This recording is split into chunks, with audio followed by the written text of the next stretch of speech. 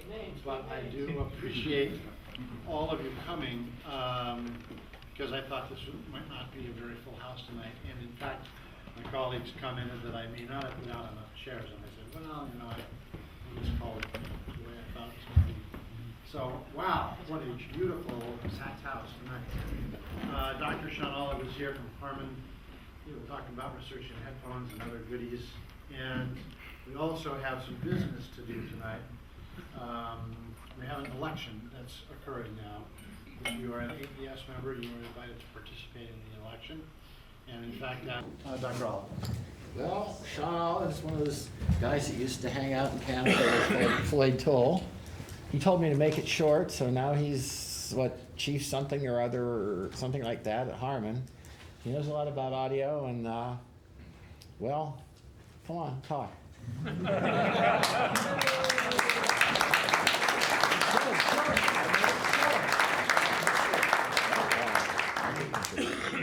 So, do I have a mic? Do I have to turn it on? No, it's on. Oh, really? Yeah, you're there. I'm there? There's no live sound. It's acoustic. Oh, okay. Old school. That's just for the recording. I don't know if it's working until I hear feedback. So, you don't happen to have a laser pointer? Yeah, I got somebody does. Gary's got one. So anyway, I'll start. So tonight I want to talk a bit about headphones. And someone already introduced Todd Welty. That's an interesting story that I'll send back to him. But yeah, Todd's he likes data, he likes information. I somehow suspect he's an atheist. And the other author is Beth McMullen, who's just joined us 2 years ago. And this is a team effort, so anything I talk about tonight is, these people deserve credit as well.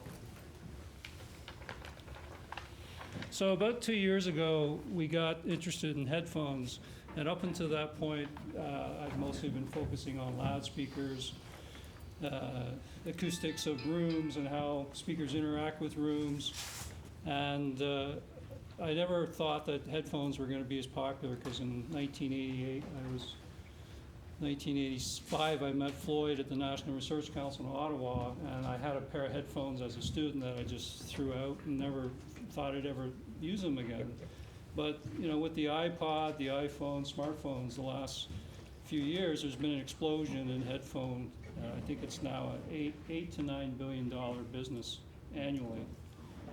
But what the funny thing was as we started to listen to them and measure them, they were all over the map, and it kind of reminded us of loudspeakers 30 years ago, where everyone had an opinion, but there were no scientific listening tests. Everyone was measuring them differently, and it all seemed like deja vu. So we said, why don't we just sort of apply the same kind of science to headphones and see if we can come up with a better understanding of how they work and how to measure them and whether people like them. And if you look in the literature, we found that there weren't many standards, meaningful standards. There was this standard that recommended they be diffuse field calibrated or free field calibrated. But when you start measuring manufacturers, you find that very few of them are actually applying it. And even within the same manufacturer, you'll find one model to the next are entirely different. It's like there's no design philosophy at all. And the challenge is that controlled tests are pretty easy to do on speakers. You can put a curtain up and hide the brand, hide the nuisance variables. With a headphone, it's difficult to do. So as a result, there haven't been any tests really recorded in the literature, very few. But we had to in order to understand what people like and how to measure a headphone, you have to do a listening test, because it's really the perception and the subjective ratings that tell you what matters. So that was the first challenge. So the questions we asked ourselves: how do we do a controlled blind test? Is there a preferred target response, which is essentially the frequency response? We speculated maybe since 99% of all recordings people listen to through headphones were designed and mixed to sound good through loudspeakers.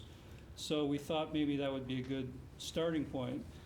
And then at the time, Harman had gone through a lot of hiring and reorganization, and we had a whole new bunch of marketing people on staff. And not knowing much about audio, they thought they just follow the money. And if, what manufacturer sells the most headphones? They must have magical sound.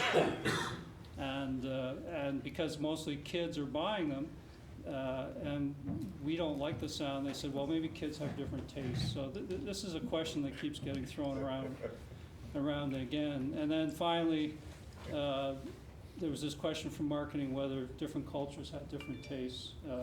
Over the years, we've heard the same thing about loudspeakers, that Germans like very bright sound, British like tight bass, Americans like big boomy bass, and the Japanese like no bass. They like bright sound. These are the sorts of things that I've been told by marketing departments and even audio researchers.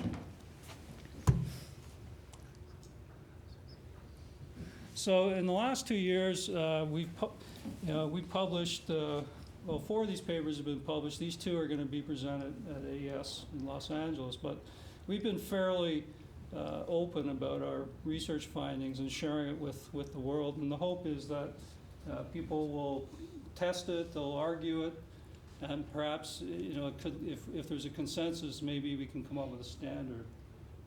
There's no point in trying to patent this stuff because anyone can go out and measure a headphone and find easily what the target is. So we've presented a bunch of papers, and I'm going to talk about this one. I'm not going to talk about this one, and I'll briefly talk about this one. And this one you'll actually have to buy the paper or go to the convention. So that's the sales pitch for the LA convention. But it's going to be a really good convention. So the first paper, we basically just asked this question: do trained listeners agree on what makes a headphone sound good? And we selected some headphones, some popular ones, some ones that are highly regarded, the Audis LCD2. If you look through any of the Interfidelity or any of the hi-fi websites, you'll find that people really, there's a big enthusiastic crowd for this. Of course, this headphone, I think, is the #1 selling headphone, so we had to throw that in there.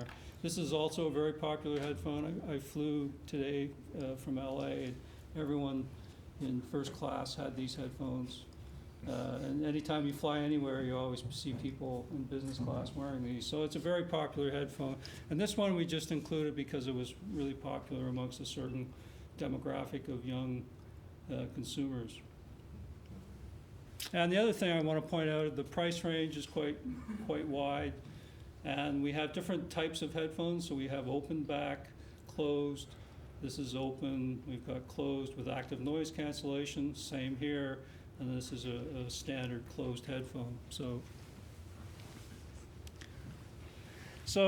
our first stab at doing a blind test, we brought in a subject. We had a test administrator, and they would simply substitute these 4 sets of headphones at a time. So we did level matching.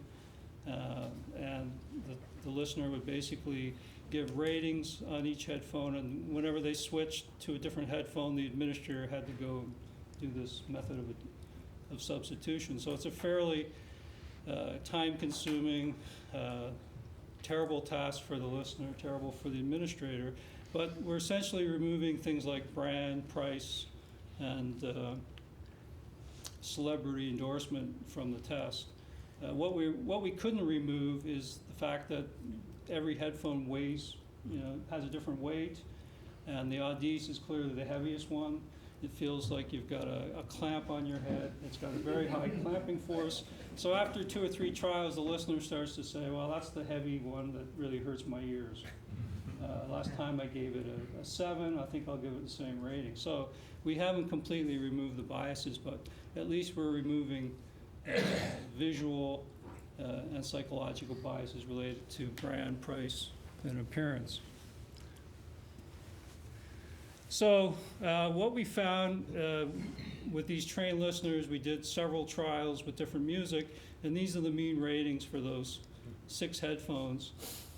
And these green dotted curves are the perceived spectral balance of the headphones. So we've trained our listeners when they hear speakers or automobiles or headphones, in their minds they can actually draw in several bands what they think the spectral balance is. And obviously if they think it's flat and smooth, there's an association that sounds good and they give it a higher rating.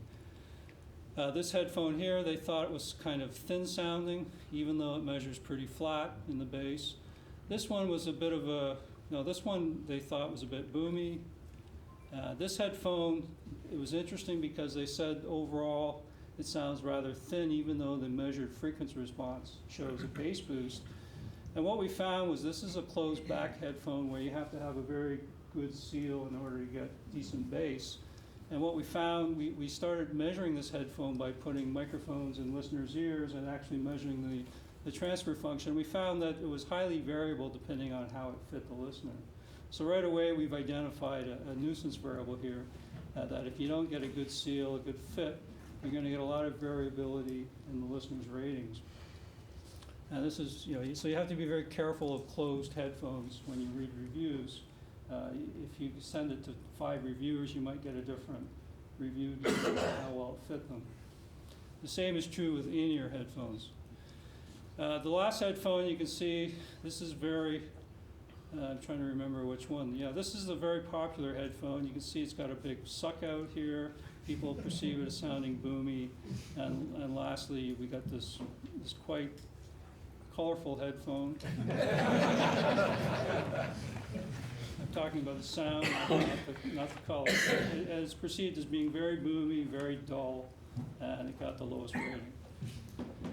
So this is all measured on a standard ITU pinna with an ear simulator made by Grass. So these are all pretty standard measurements. You can go out and buy this and be in the business of measuring headphones tomorrow. But how we measure these, we do several reseedings. So we do usually 5 or 6 reseedings so that we average out any errors related to how it fits, how it's positioned on the measurement device. Quick question. Yeah. On these plots, are they roughly the same kind of y-axis scaling? Yeah, they're all 10 dB between, Oh, okay. yeah. And it goes from 20 hertz to 20 kilohertz. So for the off-axis data, you just have to turn your head. Yeah. Stand. So we generally found good agreement, notwithstanding these leakage effects that vary among listeners.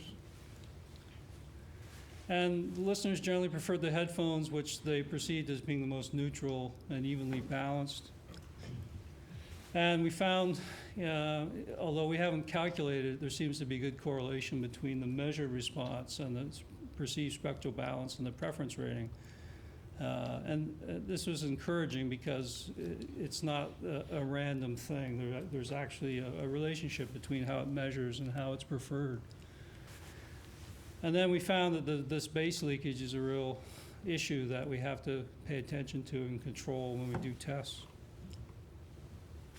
So the next experiment we did, rather than measure a bunch of headphones and figure out empirically what people prefer, let's actually take a headphone and equalize it to different target responses and see is there a correlation between how it measures and what the preference is.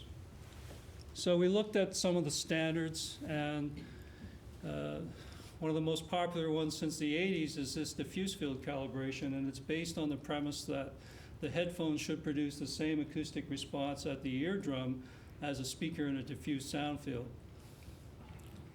So if you put a speaker in a very reflective diffuse field, like a reverberation chamber, they're saying that's what you should measure at the headphone.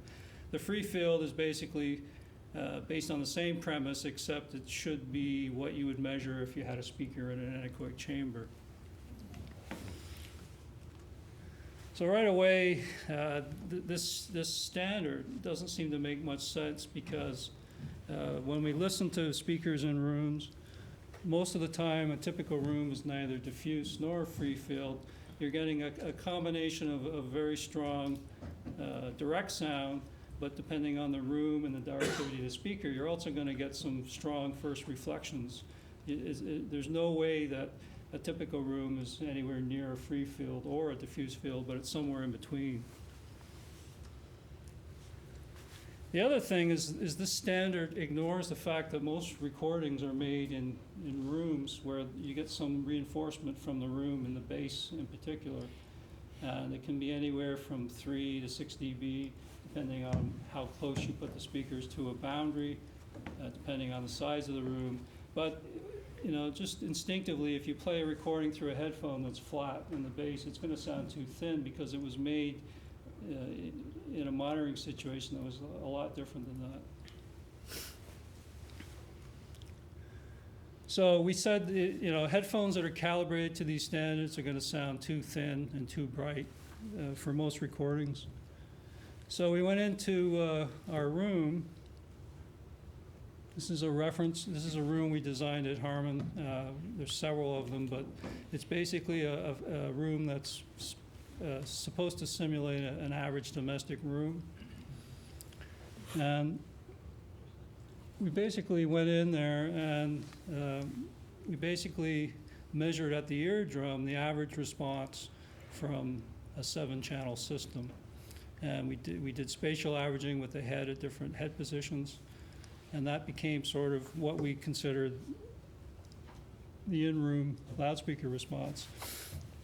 And these are the 7 channels, those speakers measured using spatial averages. And you can see that this is before we apply our target curve to the speaker, but they're basically very similar. So on that basis, we then applied different equalizations to that target response. So we had the original headphone with no EQ equalized to a diffuse field response based on work done by Hammershaw and Moeller. Another one based on Moeller. Then we had this one. This was based on a study by Lorho, who he was at Nokia at the time. I think he's now at Apple designing headphones. But his idea was that the diffuse field response has this 10 dB bump at about 3 kilohertz, and he thought, based on listening tests, he thought it should be about 3 dB. So he's greatly reduced this resonance at 3K, and of course the bass is flat. And we had a free field target response, and then we had one based on the target we measured of a speaker in a room, and there were slight variations. One where it was based on the speaker equalized to a target curve that we'd used before, and one where it's slightly modified with less bass and less treble. So we did this experiment using 2 different headphones, one that was relatively inexpensive, but it's an open back, and we found that this headphone's very consistent, so we measured it on many listeners. And because it's open and it fits people well, there's very little variation due to leakage. And then finally, we did this same test through a very expensive headphone that is highly praised for its sound quality. And it's also open back, so it's a good headphone for doing these tests. So we had listeners evaluate these different targets. They were trained listeners, and we used 3 different music programs with 1 repeat.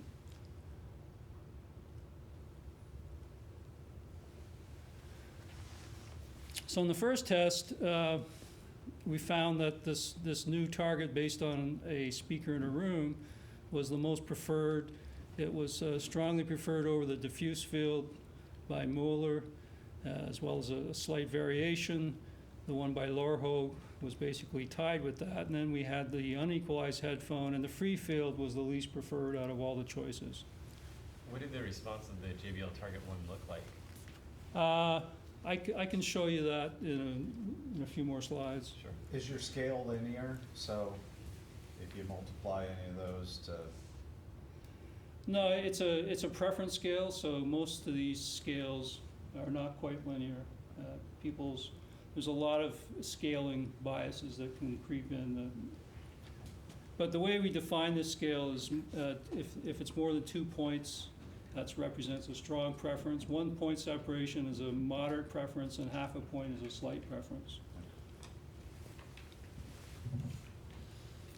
So if you look at the next test where we use the AES LCD2, this is a slightly modified target where we have less bass and less treble. It was strongly preferred over the original target, and again, we find that the free field is the least preferred, and the unequalized headphone is somewhere in the middle.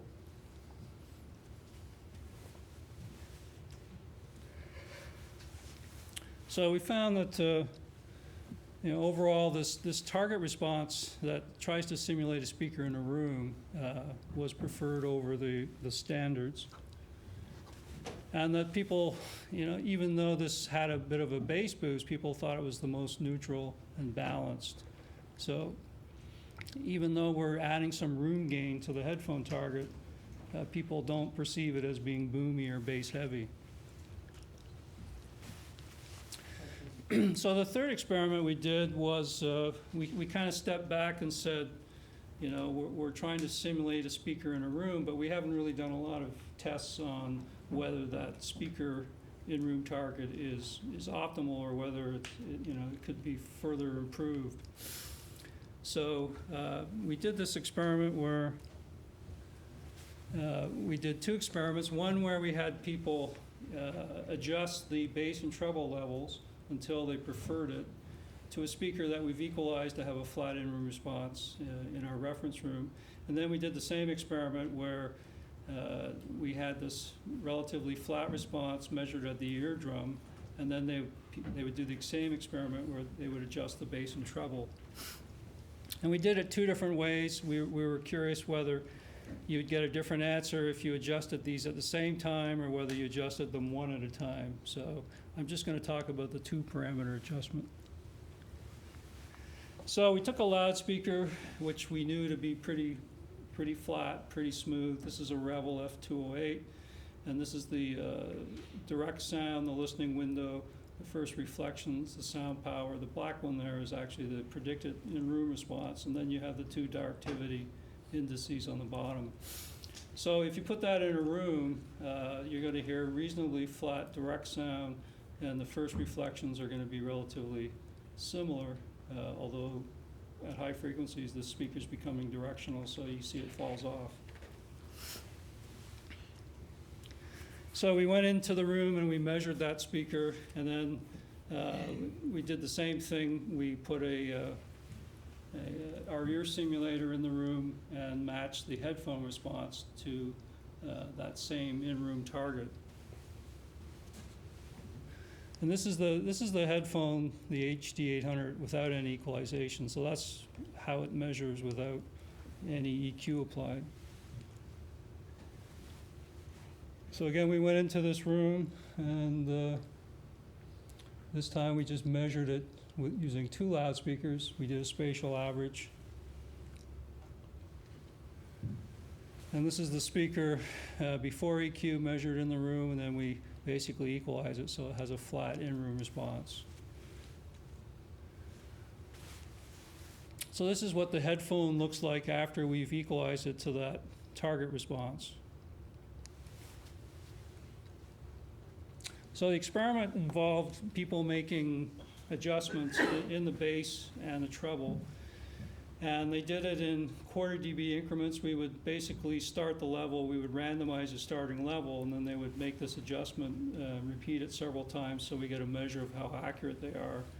And we chose these 2 filters based on 105 hertz is roughly where room gain starts to occur, depending on the room. And then we have the shelving filter, which sort of simulates the directivity of a forward-facing loudspeaker. And we wrote a little piece of software, and we used these knobs made by Griffin, where they have no they're basically endless knobs, so there's no bias, and there's no indents in them, so you can't basically go 1, 2, 3, 4, 5, 6 clicks. You basically never know where the knob is because you randomize the buffer and the starting point. So these are cool devices for doing these types of experiments. And we used 2 of them so they could do the treble and the bass at the same time. So again, this was done with 11 listeners. 8 of them were trained, 3 of them were untrained. We'd like to have had more, but these were the only ones we could find at the time. I said 1 bass player because this guy tended to turn the bass up really high. If we brought in a flute player, maybe he would turn the treble up really high, I don't know. So we had 3 different programs, and this is the spectrum, long-term spectrum analysis of those programs. So I just want to show you that these programs have lots of bass, and they're pretty full bandwidth, and they're not that dissimilar. One of them, Steely Dan, has a little more bass than the other 2, but that's at like 30 hertz, below 30 hertz. So we did this 27 trials, 3 programs with 9 repeats, so we could really get a measure of how accurate and how repeatable they are. So I'll just focus on these. And keep in mind, these untrained listeners, there's only 3 of them, so we can't be too conclusive here. But these are the average treble, bass levels and treble levels for the trained listeners. So on average, they turned up the bass about 4.7 dB, and they turned down the shelving filter and the treble -4. And the untrained listeners, you can see they turn the bass up a lot more, and they also turn the treble up more. So right away, this was kind of disturbing that these untrained listeners would crank the bass. Maybe they're future Beats headphone owners, we don't know. Or it's hard to find a trained bass player. Yeah. Were they trained in how to put the headphones on? We discussed earlier that fitment affects bass quality. Yeah. Yeah, and the bass player maybe had a big head or a small head, I don't know. That's the lead guitar player. Yeah.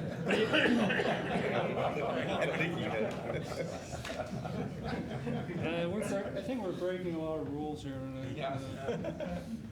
But you pointed out leakage, but these headphones, the Sennheiser HD800s, are very, very consistent. Probably one of the most consistent phones that I've tested. You test it on listeners, and it's very consistent when you measure at the block now. So I don't know how much leakage really had to do with this. One thing that after we did the experiment, we thought that maybe some of these listeners were simply turning it up because it wasn't loud enough.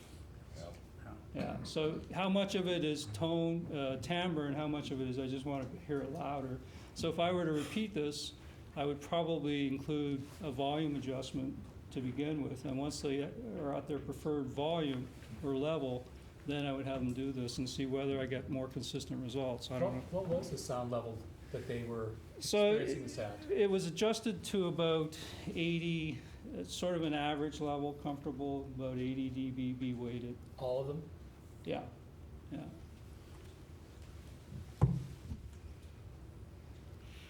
The other interesting thing, we found that these are the results for trained listeners with the headphones. You already. But we found that when they were listening to loudspeakers, the untrained listeners really cranked the bass, 11 dB. And of course, they're turning up the treble as well. So there seemed to be an interaction between the playback and how much bass and treble. And it seemed to vary depending, it was mostly isolated to untrained listeners. So there's definitely something going on here with these untrained listeners. Looked like one of the numbers up there was off. One of the numbers is off? I thought so. So I thought the untrained was a minus, but it was a plus on this. Oh, you're right. Negative. And it was also the same as that other. Yeah, I'll look at that.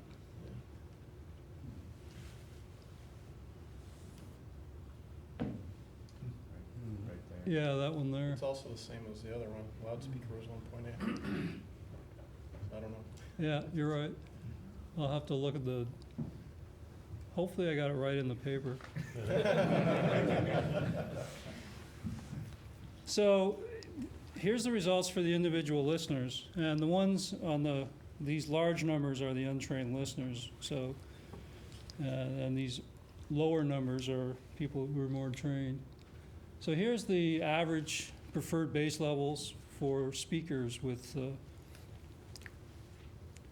individual listeners. So you can see there's a bit of variation here from listener to listener with this task. And these are the preferred treble levels. So again, there's some variation here among the listeners. And this is for loudspeakers. The next one is for headphones.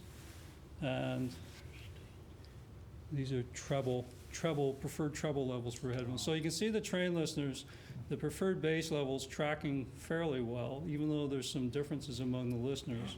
And the same is true with the treble, but the untrained listeners tended to crank the bass for the speakers and crank the treble as well compared to the trained listeners. So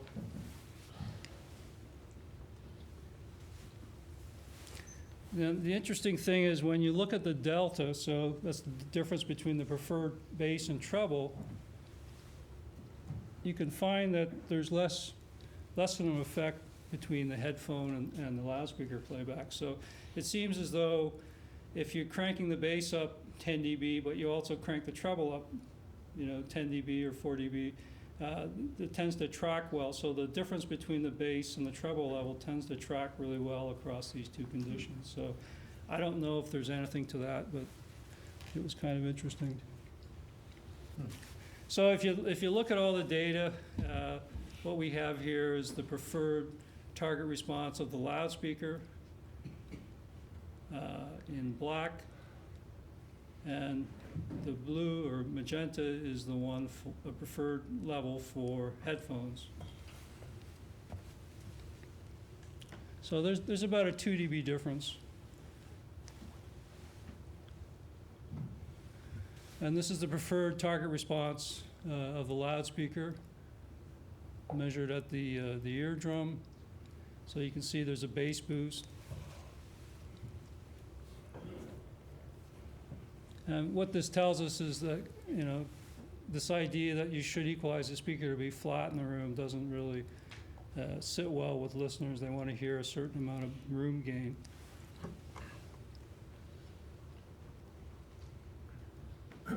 The other interesting thing, so what we have here is the in-room response of the in-room target from a previous paper. That's the red curve. So that's what people preferred in a previous study where we were looking at room correction. And in this study, the black one is the revel equalized to the new target. So there's very little difference between those two curves. So it seems from a less scientific standpoint, we were pretty close to what people prefer when you do a more rigorous study.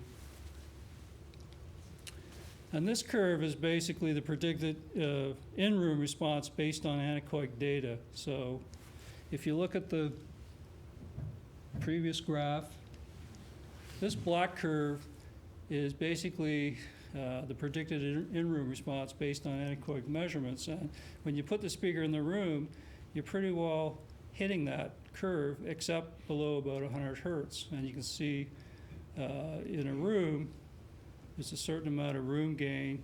And the anechoic data can't predict that because it doesn't know what type of room it's going in. So it's pretty, but above about 100 hertz, there's really not much need to do anything to the speaker. Just let it do what it's doing, and you really only have to address the low frequency portion. So that's kind of cool.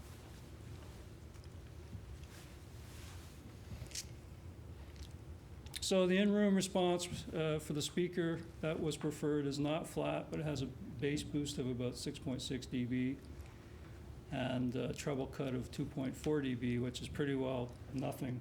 Just leave the speaker alone. The general shape of the in-room approximates the sound power of the speaker, of a well-designed speaker. And below 200 hertz, people, they expect to hear a certain amount of room gain, probably because the room gain was accounted for when the recording was made. Okay. So question, Yeah. if you had repeated that at a 10 dB louder listening level and again at a 10 dB lower listening level, would you get the same targets? Maybe not. I don't. It's a good question. That's a study that needs to be done. How much do you suspect, I don't know what the right term would be, but maybe acclimatization or familiarization plays into the preference? Like, the fact that people have been listening to speakers in rooms that aren't treated, that aren't acoustically perfect, and therefore have uneven response and room gain problems all over the place, they've been patterned to find something that they find like, oh, this is what I'm used to. And so when they go into a new environment, they try to find a sound, curve that matches sort of what they're used to, maybe as a bias that's just carried with them and they can't divorce themselves from. Yeah. It could be a factor, but the fact that these, the trained listeners you would think would sort of converge, since through training and experience for doing these tests in a fairly standard room, that they would more or less agree. But even in this study, we found that there was a fair amount of variation. And interestingly, Todd Welty was, the guy who wrote all these papers on rooms and bass and how to optimize your subwoofers for the best bass. Well, he turned down the bass among, the lowest among all the listeners. So whenever Todd does an experiment, I said, well, of course you don't like it. It has too much bass. He likes very, 1 or 2 dB of bass boost. That's it. And the average is about, I think it was about 6 dB in a room. So there are individual preferences, I think, in bass. So the next experiment, we were getting tired of doing these when we're doing benchmarking of headphones, it's very tedious doing all the substitution of different headphones. And of course, you still have these nuisance variables of the weight and the feel. So we came up with this virtual method where we said, what if we measure these headphones on an ear simulator and then basically simulate them through a single headphone, the replicator headphone, so that the equalization produces the same response as measured on the original headphone.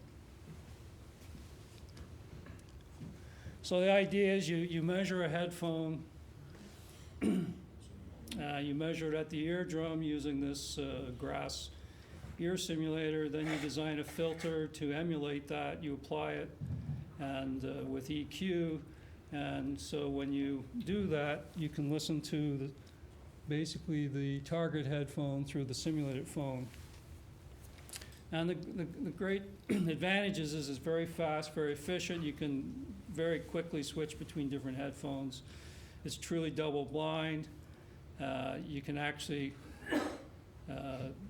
once you measure the headphones, you can store them and anyone can listen to them. You don't have to ship headphones around the world.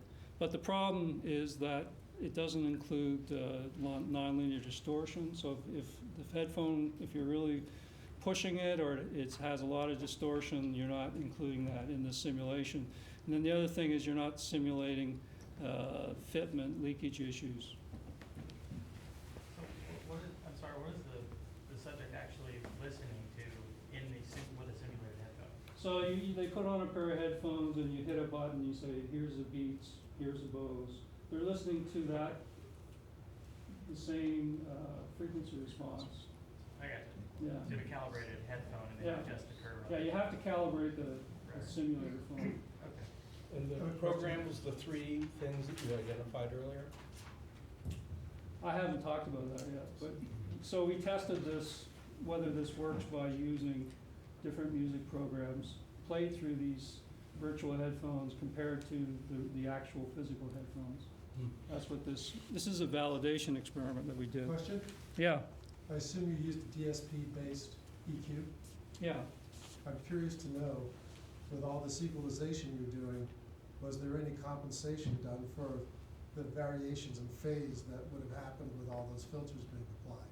So that people were not only hearing the same spectral response, but they were hearing the same phase response as well. Yeah, we're making assumptions up to a certain frequency that it's a minimum phase equal headphone, and that if we're applying equalizations, that we're also including the phase. But we didn't, to answer your question, we didn't really go out and try to match the phase response perfectly that the real headphone had.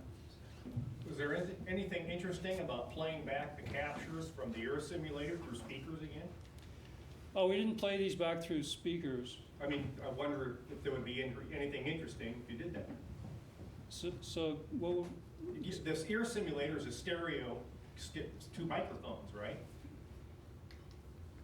You're talking about the way we measured them? Yeah, they're it's basically a head or two pinna with Yeah. microphones. So. I was just thinking you could record that and play it back through a speaker. I wonder if Oh yeah, that'd be interesting. we in the distortion experiment that I'm not going to talk about tonight. That's what we did. We've made recordings of different headphones at different playback levels and evaluate those recordings. So anyway, here's the 6 headphones that we virtualized, and these are headphones that we'd already tested. And here's the response of the real headphones shown as dotted lines. And this is the simulator headphone equalized to simulate it. And you can see they're pretty accurate up to about 10 kilohertz. And above 10 kilohertz, there's a lot of measurement error. How you position the headphone on the pinna. Tone filtering, does that come into play? These measurements? Yeah, very high frequencies, the balance between. Well, there's a lot of reflections inside the ear canal, so yeah, there's, it's all this jagged response is reflections inside the ear, resonances in the transducer. It's a combination of those two things. And if you do some averages, recedings of the headphone, you can minimize some of those interference effects. So, pretty good accuracy up to about 10 kilohertz.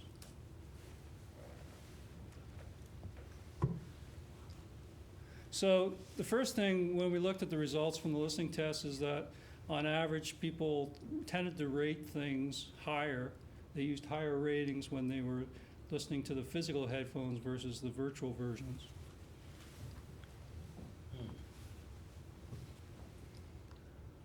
Are these trained listeners now? Yeah, these are trained. So here's the the mean ratings for the virtual headphones. Sorry, the virtual and the standard.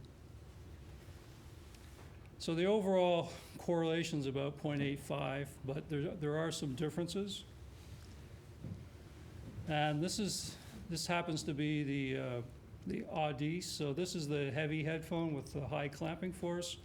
So we wondered whether some of these differences are due to that bias. And this other headphone was the closed one that we had leakage effects, and it was rated a little higher in the virtual method relative to HP3, for example. And we thought maybe in the virtual method, the leakage effect is obviously not such a factor. And in the real test, the standard method, it was. But the overall trend is very similar. So these are the individual listener preferences, and I've shown the correlation between standard and virtual. And you can see that for some listeners, the correlation is very high. For one listener in particular, there wasn't particularly, it was very low correlation, and the overall correlation averaged across 7 listeners was 0.85. HP5, there seems to be quite a big difference for most of the listeners between the virtual and standard. They rated a lot lower with virtual. Yeah. Any thoughts about that? Or? That's an active noise cancellation headphone, so that might have been a factor. we found that some of these active noise phones are quite finicky, depending on how you position them. And Was your low correlation your untrained listener? One of them? these are all trained listeners. Oh, okay. This one here in particular was less trained. What's your definition of a trained experienced? Well, we have this software we've written called How to Listen. And it's available on the web. You can download it. Has anyone here tried it? Yes. So it basically introduces distortions to program, and you have to identify, if it's a spectral distortion, what the frequency band is, and if you get it right, it gets more and more difficult. So we define trained as getting up to skill level 7 or higher. Shoreline? Yeah. Go back to that previous one. That looks surprisingly like some results I've seen testing some of the audio codecs, specifically a change that seemed to be related in some people to imaging. Mm-hmm. And I have no idea if it has anything to do with it, but that the same heavy variation seems to relate between pre-echo and imaging sensitive people. Those tend to be two different axes. Yeah. Just wonder if you have something, it wouldn't be those characteristics, but I just wonder if you have something like that in terms of pin shape or something like that. Yeah, I mean, It's, how do you verify that the match is actually a match for any given person?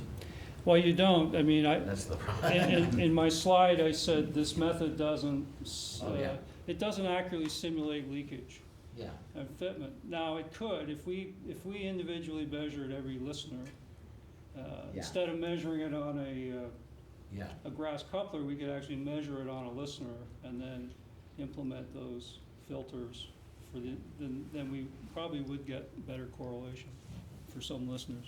That'd be an awful lot. That'd be a lot of work. So here I show the individual listeners. These are the, sorry, it's not the individual listeners. These are the virtual and standard perceived spectral balances for those 6 headphones. So pretty good correlation for some of them.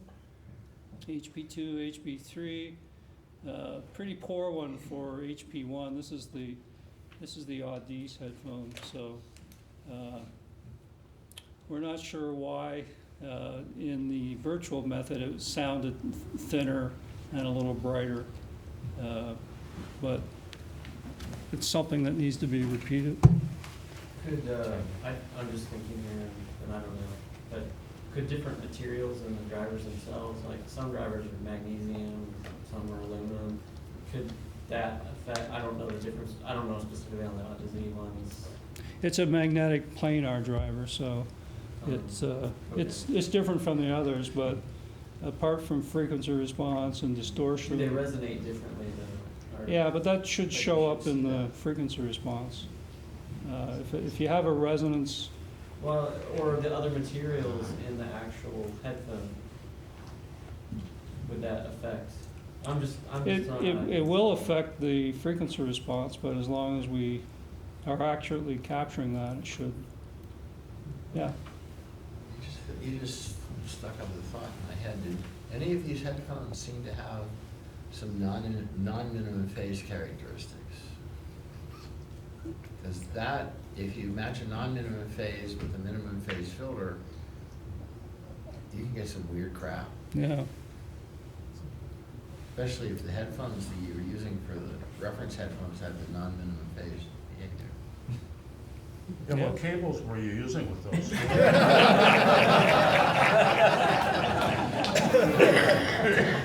We're using the cables supplied by the manufacturer. Okay, so. How did you simulate that? You burnt a lot of money. So, I'm not going to talk about this one, but we did do a little study where we brought in some college kids And I'm not going to talk about it because we've done a bigger one since this one was done. But I'm just going to go back to a paper that was done 2 years ago where we had, this was motivated by some reports in the press about audio is doomsday press here, that kids prefer low-bit MP3 and terrible headphones and earbuds, and it was getting reported in the New York Times, so I started getting calls from executives saying, why are we doing research on sound quality when kids don't give a damn? So it turns out it was this guy at Stanford, and it just goes to show you if you throw a big name behind your, it'll get published in the New York Times. But he basically was testing students, music students, over 7 years, and he found more and more they would prefer MP3 at 128 over the original CD lossless version. And it turned out it was never published, it was never peer-reviewed. I tried to contact him and I couldn't get a return phone call. And yet... Is it possible he was misquoted by the press? That never happens. No, never. Oh, ask me about that. Yeah, just watch the film Distortion of Sound and you'll see lots of misquotes. And It's John Berger. You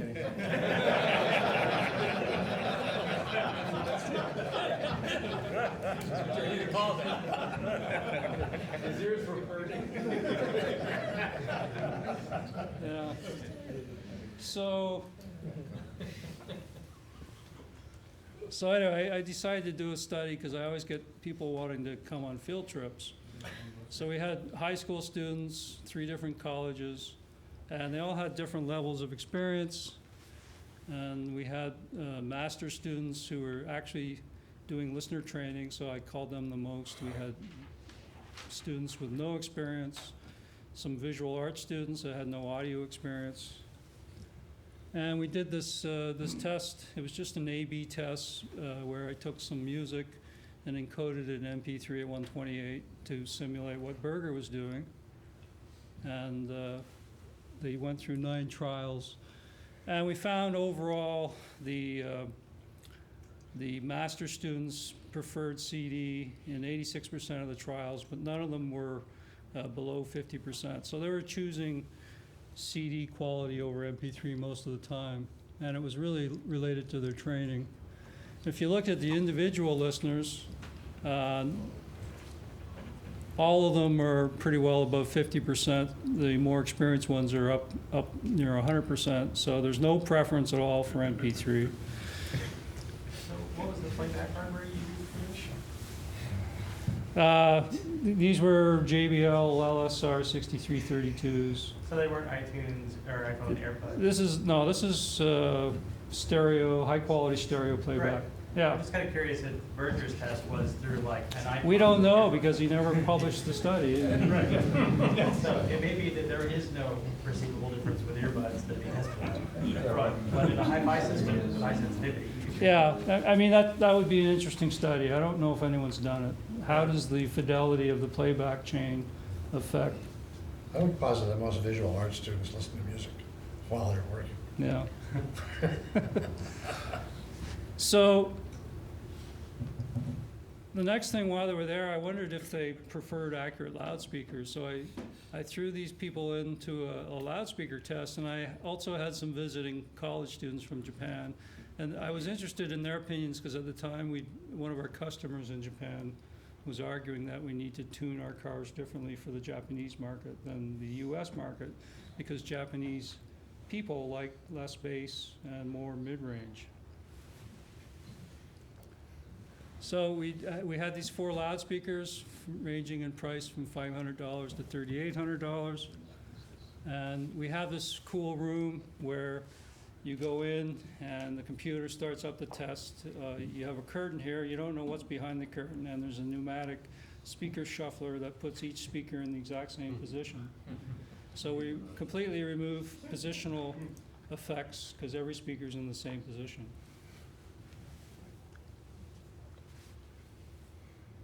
So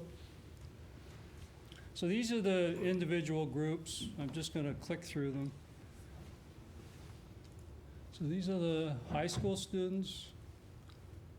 Japanese group number 1, Japanese group number 2, Cal Arts, the visual arts students, the Loyola Marymount students, and the UC Irvine, and the last group are the Harman listeners. And you can see that regardless of training, age, whether they're Japanese or American, there's a pretty consistent preference here.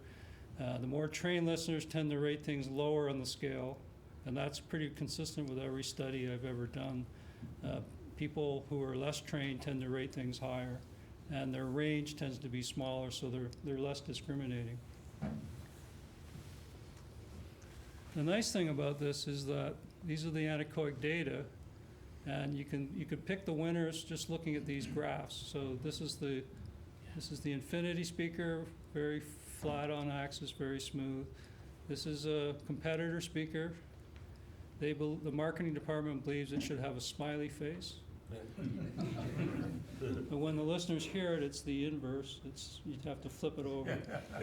This is a speaker that's designed for very high efficiency in the mid-range, so when you go into Best Buy, it's the loudest speaker on the floor. But listeners actually say it sounds thin, like a bookshelf speaker, because it's got the bass mid-range is 6 dB lower than the treble. And with that jump. This is crossover point. what Floyd calls a waste of natural resources. It's got lots of resonances. It's very colorful, and there's no low bass. And when you go off axis, this is a speaker for it only sounds good in one spot. So it's for a divorced or bachelor audiophile who has no friends. We're about to have Now are you going to identify which one's which? Well, You did it first. yeah, if you go back, that's the order. Ouch. Owie. So let me. Oh, that's far it's done. So the reason I'm showing you this is that history repeats itself, and we've shown with speakers that it's good loudspeaker sound is pretty universal, whether you're trained, untrained, or from different countries. And so why would it be different for headphones? Well, it's a good thing for marketing because I can just keep doing these studies over and over again. And yeah. 3 minutes. Can I make this in 3 minutes? Excuse me, 2 minutes. So this is a study that we haven't presented yet. It's going to be presented in a few weeks. Why are we doing this? Because again, there's this hugely successful headphone, which people believe is maybe related to the sound. I think it's related to celebrity and marketing. So we did this study in 4 different countries, and it's by no means a large sample that's balanced or anything like that.